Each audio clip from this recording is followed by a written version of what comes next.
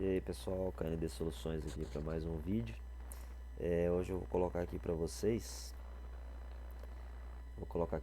essa parte dos dividendos, para vocês ver o quanto é importante a gente acompanhar os dividendos mensal aí e anual conforme vai crescer na carteira.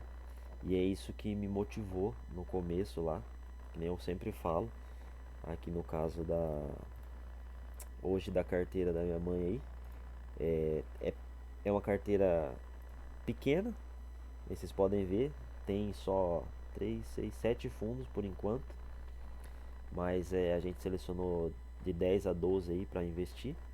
Hoje ela conta com 7 fundos imobiliários, não tem provento ainda, mas conforme for virar o mês a gente vai ver quanto que deu de proventos. É bem pouquinho e é a base do que foi minha carteira no início. Vocês podem ver aqui, ó, em 2018, quando eu comecei, recebi R$ 16 de rendimento no ano. Nesse ano aqui eu comecei meio perdido, né? Então investia, comprava ações, vendia, comprava fundo, vendia. Aquela época do trade. E aí os rendimentos era pouquinho. Aí em 2019 eu já foquei um pouco nos fundos imobiliários, que a renda era mensal. Aí já recebi 444.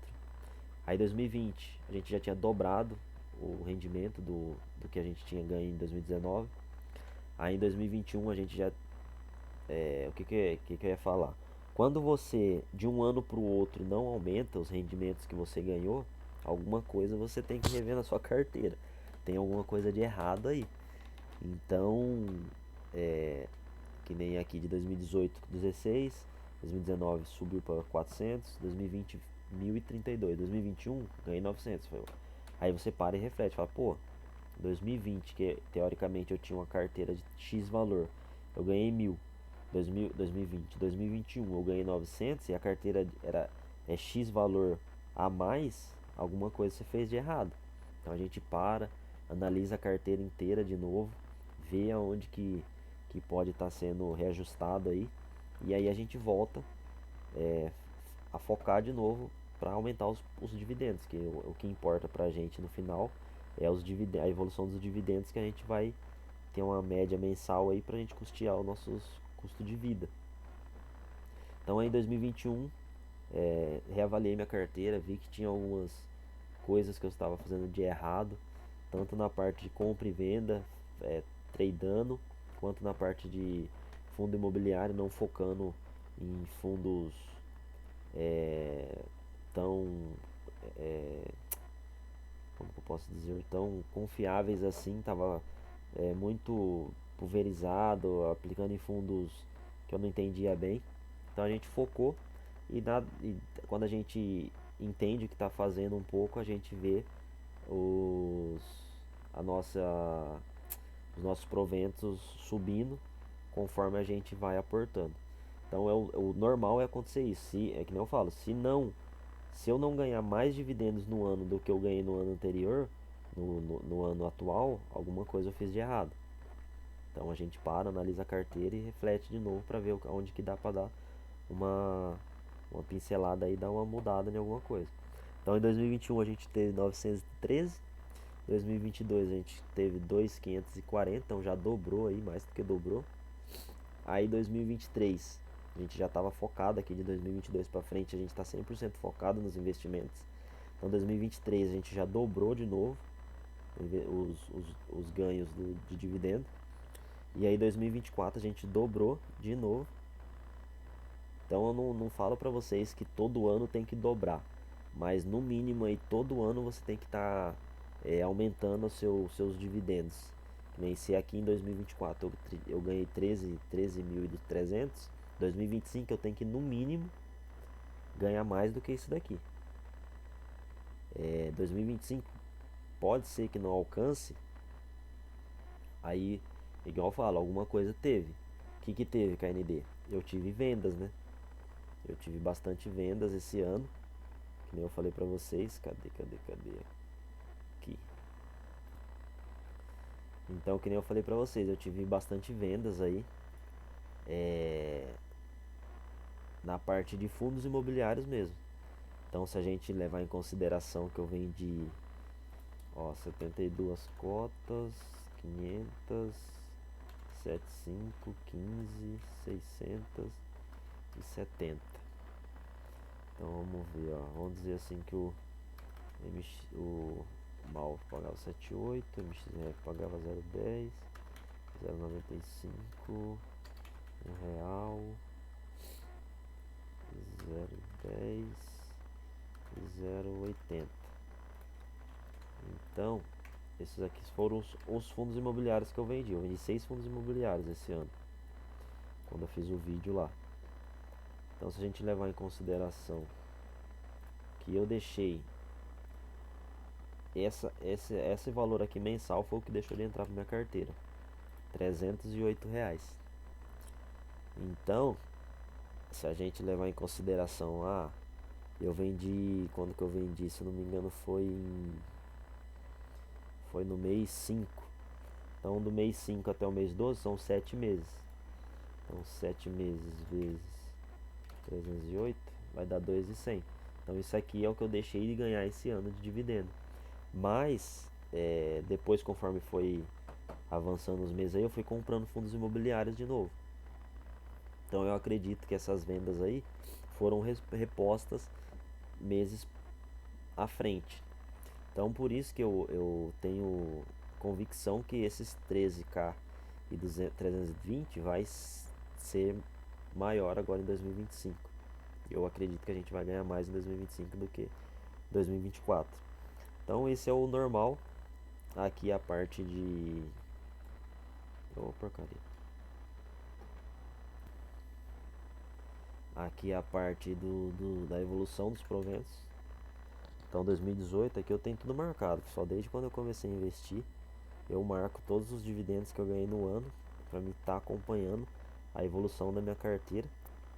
E consequentemente a média mensal aqui, que nem é o provento que ganhou no ano, dividido pelos 12 meses, para mim chegar na meta aí que no caso é essa daqui, ó, a primeira meta, ganhar 25 mil em um ano, que aí seria aproximadamente 2 mil aí por mês.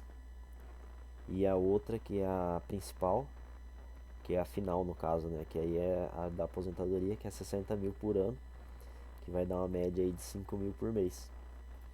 Então essas duas metas aí que eu tô almejando alcançar aí pra a grande sonhada independência financeira aí. Então é isso.